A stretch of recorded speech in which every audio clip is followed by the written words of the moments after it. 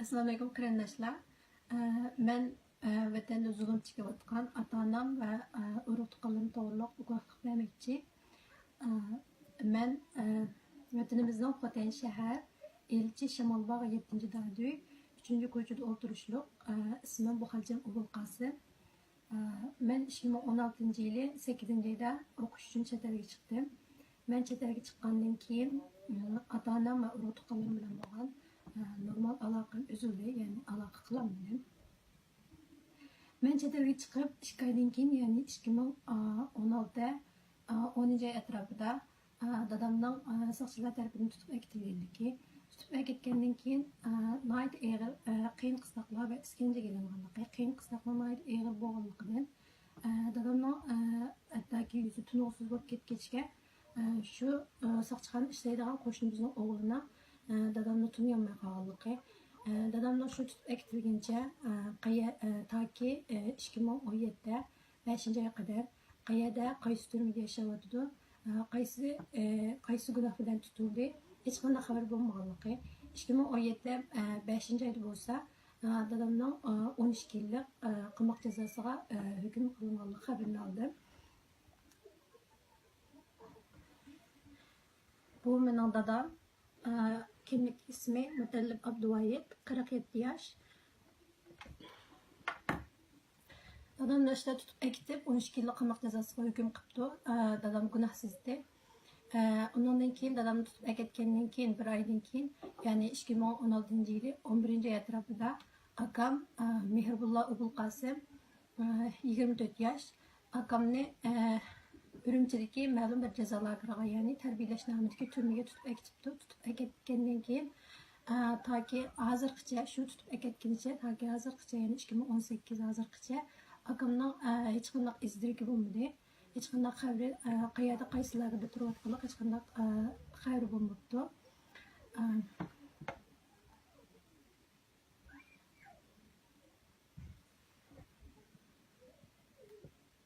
Bu mening akam Mehribullo Ubul Qasim. Akamı nihoyat gunohsiz, yuvosh ishda bo'libdi. Garchi gunohsiz bo'lsa-mu, ishda tutib aketgancha hozirgacha hech qanday xabar bo'lmadi. Undan keyin akam tutib aketgandan keyin mening 15 yoshlik inam Abduvali uni soqchilar daryoga gapirib o'zining og'ir ishlarga, ya'ni aroq butulkalarini to'shish, ashta og'ir ishlarga sapdi. Kechalari post tutirish degandek. Hatta uyimga hatta tilab ketgili qo'ymay ashta qiynabdi. Keyin 2018-yili 1-oyda bo'lsa, tuyuqsiz Google soqchilari kecha uyga bostirib kirib, Abduvalini tutib aketgancha, toki hozirgacha qayerda qanday yashayotdi, hech qanday xabar bo'lmadi. Bu mening inam Abduvali mushta kuchsiga soqchi formalarini kiydirib, işte yo'llarda post to'g'ri silib, uyimni ketkizmay, işte o'zining shaxsiy ishlariga silib qiynabdi ekan. Undan keyin tuyuqsiz tutib akitib, soqchilar, bu soqchilar hozirgacha izirki bo'lmabdi. Undan keyin mening oilamdan boshqa yana bir kichik inam, bu Muhammad, 12 yosh. Bunun qayerda qanday yashayotganligi, maktabda o'qiydi. Qanday yashayotganligi hech qanday xabar bo'lmadi. Undan sirt bu mening onam va singillarim. Onam Ruzunsa Nuri 42 yosh va singillarim Ayşe, Sümeyye, Raziya va bu bo'lsa yana bir singlim Sümeyye o'tirdiki.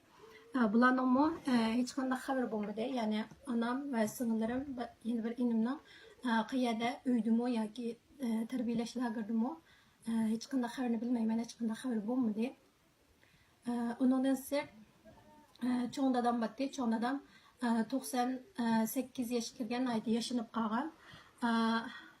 Cho'ng dadamning men chet elga chiqqandan keyin qat'iy aloqalashib boqmadim. Tan salomatligi nihoyat nacharlashib qolgan. Ahvoli qanday, hech qanday xabarini bilmayman. Dadamning yurak kesilyapti, onamning yurak kesilyapti. Gerçi ular kasal bo'lsa-mu, Xitoy hukumati bunga qaramasdan ularga shunday og'ir iskanjalarni qilib, qiynab, gunohsiz bo'lsa-mu, turmalarga solib, ishda qiynabdi.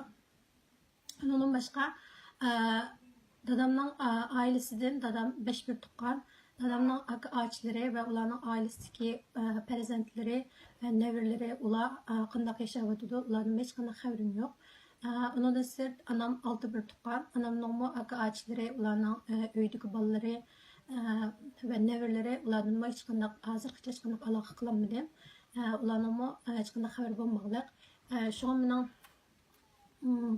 qiladigan shikoyatim shuki, Xitoy hukumati meni ota-onamni, akamni, inimni ular gunohsiz tutib olibdi. Agar gunoh bor deyilsa, shular bor, chunki gunohsiz odamlarni tutib qiynash bu bir cho'ng jinoyat. Men vatandan chiqqan vaqtimda ota-onam qarindoshlarim hammasi sog' salomat, xushal, xotirjam qolib qolgandi. Shu mening Xitoy hukumatini talab qilganim ota-onamni ularni darhol qo'yib o'tishini, gunohsiz bo'lgandan keyin ularni darhol qo'yib o'tishini va ularning buni xushalligini asliga keltirib ularni jam qilishini va ularning haq-huquqlarini, ya'ni insoniy huquqlarini, kishilik huquqlarini qonuniy yo'lda qo'g'dishini talab qilaman. Men bu davoni toki ular bilan sog' salomat ko'rishib, men vatanda men chiqqan vaqtda qolib qolgandagidek ular bilan ota-onam, akam, inim, anam va boshqa singillarim, qarindoshlarim, urug' tuqqanlarim bilan sog' salomat ko'rishib, ular bilan jam bo'lgan qadar bu davoni davomlashtiraman, bu davoni to'xtatmayman.